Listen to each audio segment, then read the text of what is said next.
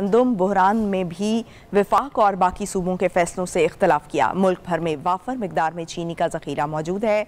सिंध की sugar mills की बंदिश के फैसले से कीमतें बढ़ी हैं। टिका खान सानी हमारे साथ मौजूद हैं, उनसे तफसीलात जानेंगे। टिका खान सानी, आगाह कीजिएगा।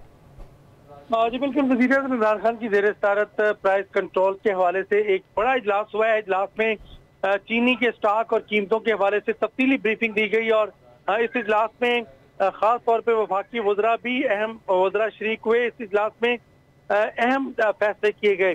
सबसे पहले सिंध के हवाले से ब्रीफिंग दी गई कि सिंध ने गंदम बहरान में वफाकी और सूबों के फैसलों से इख्तलाफ किया है और मुल्क भर में वाफिर मिकदार में चीनी का ज़ख़ीरा मौजूद है, लेकिन सिंध की शुगर मिल्स की बंदिश के फैसले के कीमतें बढ़ी हैं। सिंध के बाकी सूबों से इख्तलाफ की वजह से हंगामी सूरत-ए-हाल का सामना करना पड़ रहा है।